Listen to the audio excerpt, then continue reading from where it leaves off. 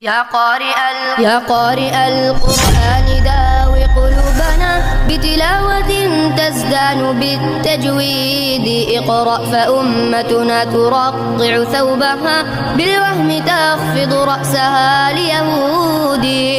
يا قارئ القرآن داوي قلوبنا بتلاوة تزدان بالتجويد. اقرأ فأمتنا ترقع ثوبها بالوهم تخفض رأسها ليهودي.